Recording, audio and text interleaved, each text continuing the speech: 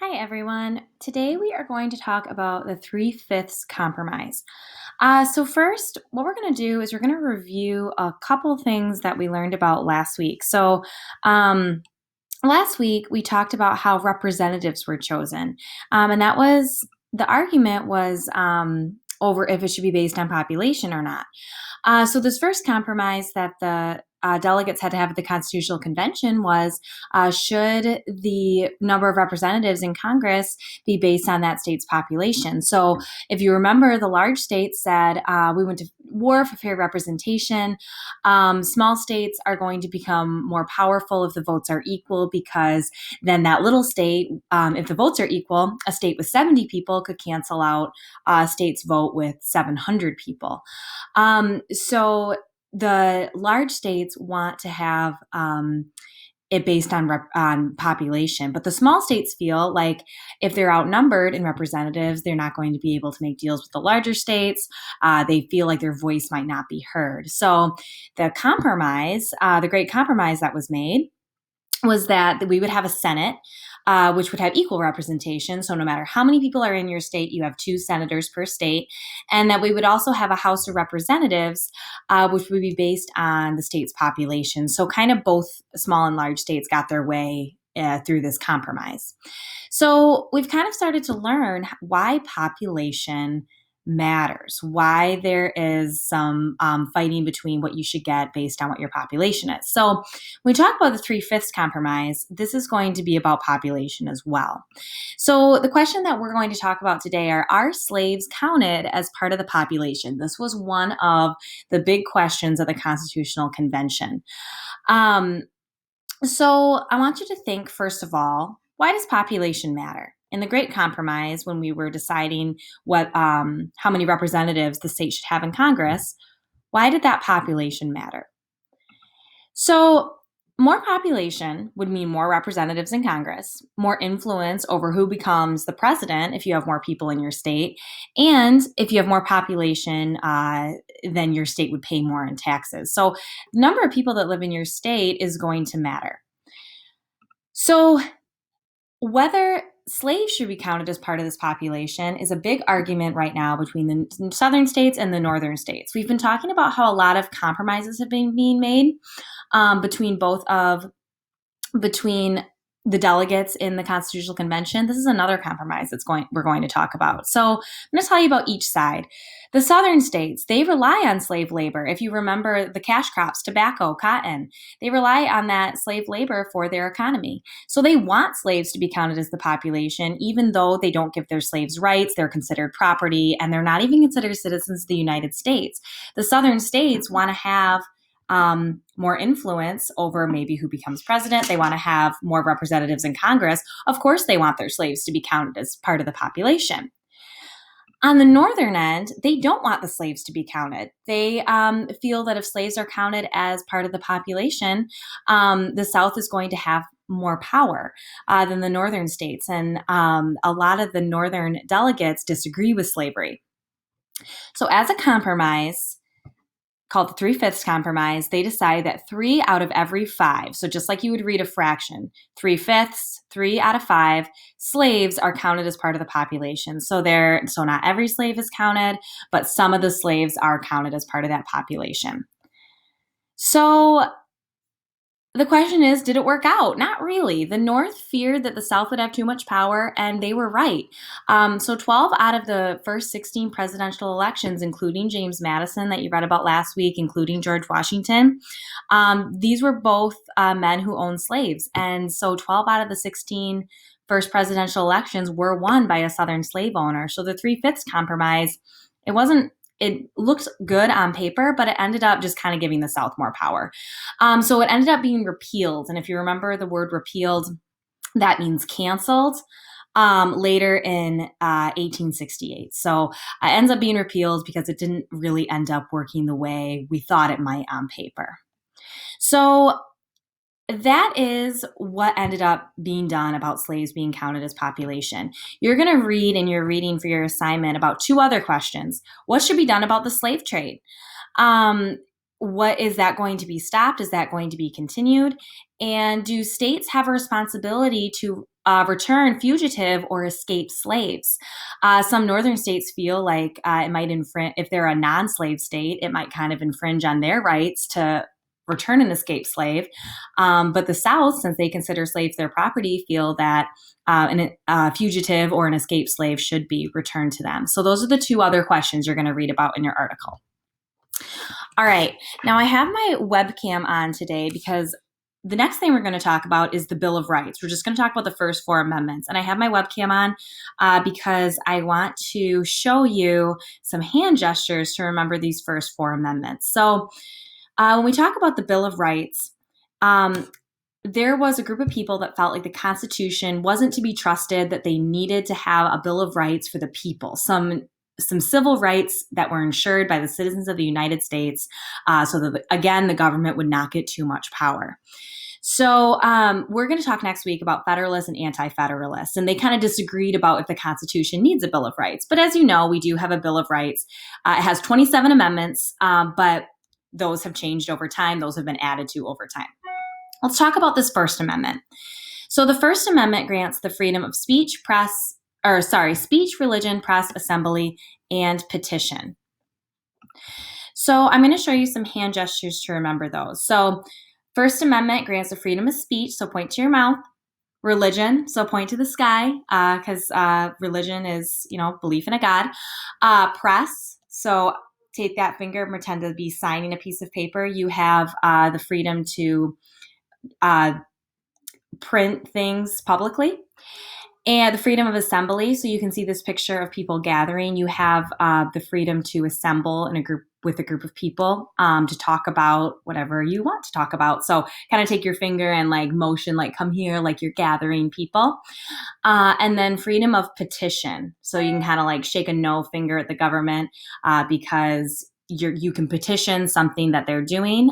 You can voice that it's not okay with you, and that's considered okay in our country. So let's go do that one more time. Speech, religion, press, assembly, and petition. There's not as many to remember in the second one. That was kind of a long one. That's the First Amendment. Those are the basic freedoms.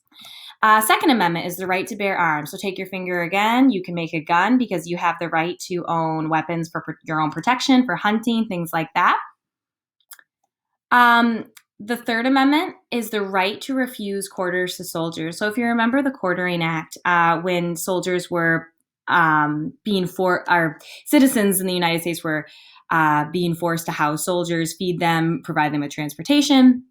The Third Amendment says that you have the right to refuse that. So you can tell a soldier to go away. You do not have to house the military. So take your finger and make it like a quarter, like kind of that okay sign. And these are the three soldiers. So the right to refuse to the quartering of these three soldiers. All right. Fourth Amendment is unreasonable search and seizure. So this means that a police officer cannot come to your house without a reasonable cause, without a search warrant. So put up four fingers, make a fist, and knock on the door. These are like your three police officers knocking, and they cannot come in without a search warrant. So let's review that really quick. Go through it one more time. First Amendment is the freedom of speech, religion, press, assembly, and petition. Second Amendment, the right to bear arms for hunting and protection. Third Amendment, your three soldiers, right to refuse quarters because you have your quarter made with your finger. Fourth Amendment, unreasonable search and seizure. So you have your four fingers, your four officers knocking. They cannot come in unless they have a warrant.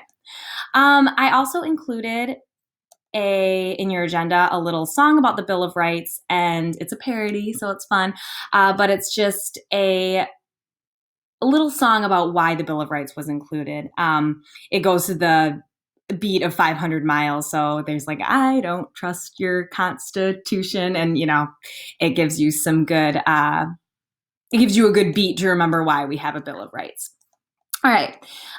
If you do not need help on the directions, you can go ahead and pause this video. But I'm going to just go over our agenda really quickly for this week with you.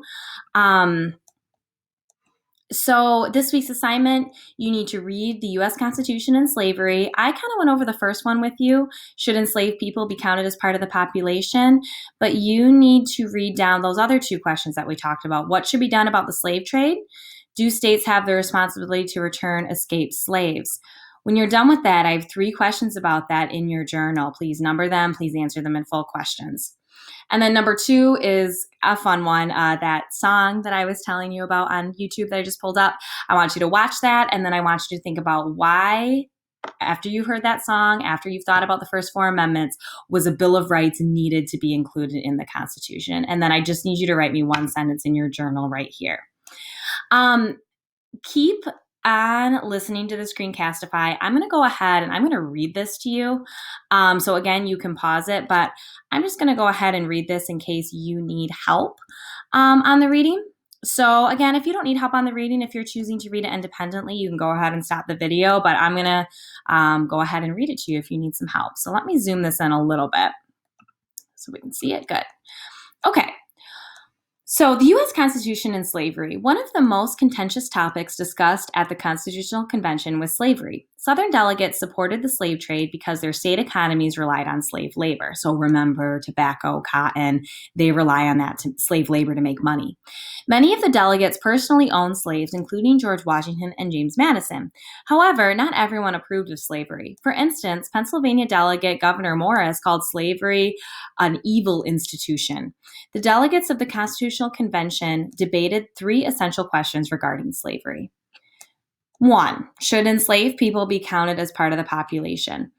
Under the proposed Republican government set up by the Constitution, state population determined the number of representatives a state would have in the House of Representatives and in the Electoral College. Population also determined how much money states would pay in taxes. States with larger populations would have more representatives in Congress, more influence to select the president, and would pay more in taxes. The southern states wanted slaves to be counted as part of the population, even though slaves were not considered citizens and had few rights. Northern states objected. They felt this would give the southern states too much power. The delegates came up with a 3/5 compromise. Article 1, Section 2 of the Constitution says that when calculating a state's population, 3 out of every 5 slaves would be counted as people. The decision increased the South's representation and power in Congress and the Electoral College. As a result, in 12 of the first 16 presidential elections, a Southern slave owner won. The 3/5 compromise was repealed or canceled by the 14th Amendment in 1868. Question 2, what should be done about the slave trade? In your journal, you're going to have to tell me what was the effect of continuing the slave trade. So pay attention when I read that. Some Southern delegates wanted the slave trade to continue. In other words, they wanted to be able to continue bringing new slaves to the United States. 10 of the 13 states, however, had already outlawed slave trade. Only Georgia and the 2 Carolinas participated. Eventually, the framers of the Constitution decided to put off making a decision about the slave trade. Article 1, Section 9 said that no law could be passed to ban the slave trade until 1808. Extending the slave trade into the 1800s brought many more slaves into the United States. For instance, South Carolina alone imported 40,000 enslaved people between 1803 and 1808. Congress overwhelmingly voted to end the slave trade in 1808.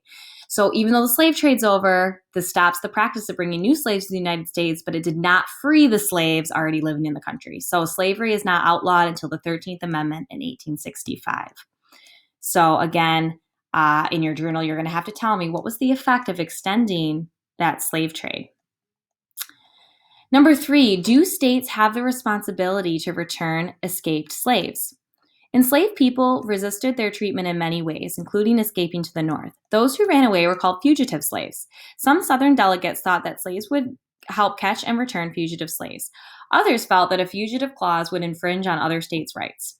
The Southern states won out. In Article 4, Section 2 contains a fugitive slave clause that says escaped slaves must be returned to their enslavers. This clause was enforced by laws passed in 1793 and 1850, which allowed escaped slaves to be chased into the north and caught. Many people living as a fugitive slave made a living as fugitive slave catchers. They not only captured runaway slaves, but illegally kidnapped thousands of free blacks and return them to slavery. The Fugitive Slave Clause was repealed or canceled by the 13th Amendment, which prohibited slavery.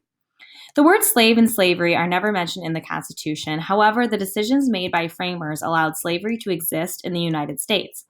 This affected the lives of millions of enslaved people as well as their descendants. And this means the people that came after them, like your ancestors are the people that lived before you.